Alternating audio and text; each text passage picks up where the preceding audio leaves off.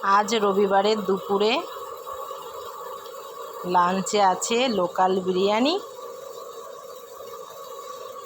সাথে রেস্টুরেন্ট স্টাইলের রায়তা।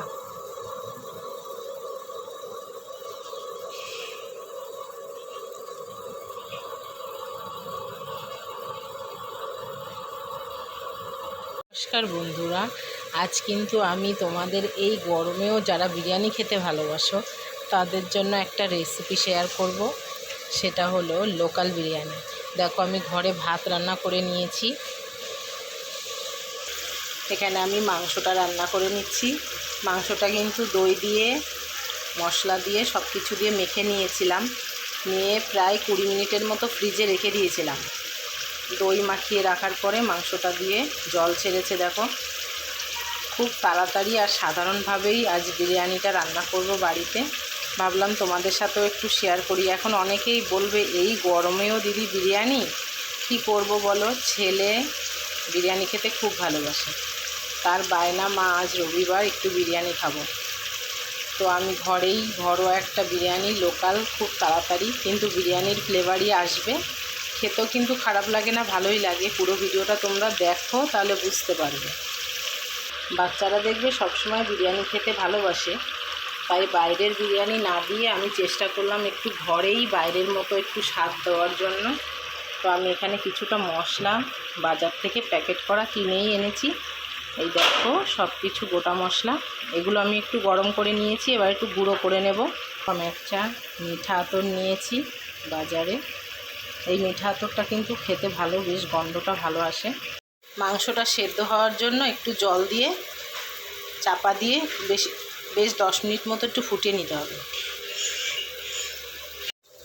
মাংসটা হয়ে গেছে।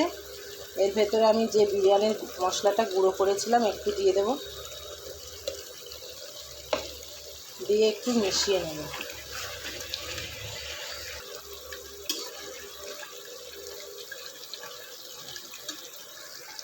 চলো এবার বিরিয়ানিটা রেডি করি। মাংসগুলো দিয়ে দেব।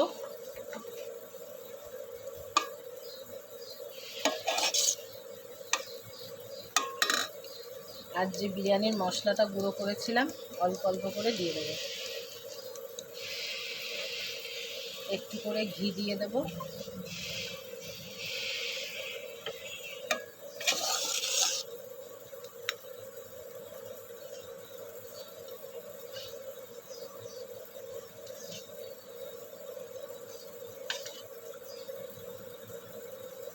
একটু শুধু মিশিয়ে নিতে হবে ভালো করে। ঝোলটা দেব না, ঝোলটা আমি আলাদা রেখে দেব। মাংসগুলো সব ভাতের সাথে দিয়ে মিশিয়ে দেব। দোকানের খাবারটার থেকে কিন্তু এটা খেলে কোনো সমস্যাও হবে না। এই গরমে বাড়ির সবাই খেতে কিন্তু খুব পছন্দ করবে।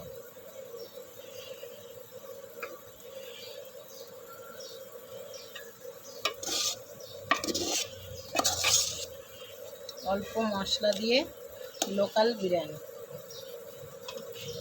এবার একটু মিঠা আতরটা দিয়ে দেব।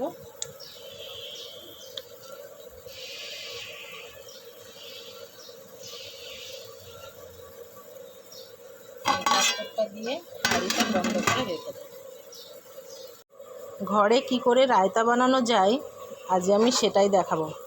আমি এখানে নিয়েছি পেঁয়াজ কুচি আর শসা কুচি করে ছোট ছোট করে কেটে নিতে হবে। আর এখানে আমি একটু দই ফেটে নিয়েছি। এই দইটা এর ভেতরে দিয়ে দেব। এটা কিন্তু টক দই।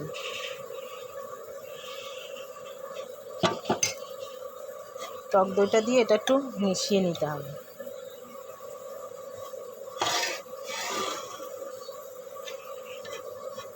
ভালো করে মিশিয়ে নেব। আর এর ভেতরে দিয়ে দেব একটু গুঁড়ো মশলা। আমি ঘরে এটা বিট নুন আর একটু জিরে ধনে গুঁড়ো করে রেখে দিয়েছি। সব কিছুর সাথে খাওয়া যায়। এভাবে কিন্তু গরমে রায়তা বানিয়ে খেয়ে দেখতে পারেন। এটা কিন্তু বিরিয়ানির সাথেও ভালো লাগে, আবার কিন্তু শুধু শুধু আপনারা খেতে পারেন এই গরমে।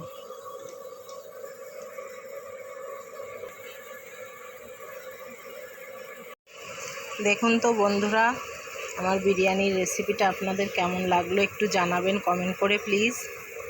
বিরিয়ানির সাথে রায়তা, খুব সুন্দর একটা ঘরোয়া লোকাল বিরিয়ানি। ধন্যবাদ সবাইকে পুরো ভিডিওটা দেখার জন্য। সুস্থ থাকবেন, ভালো থাকবেন।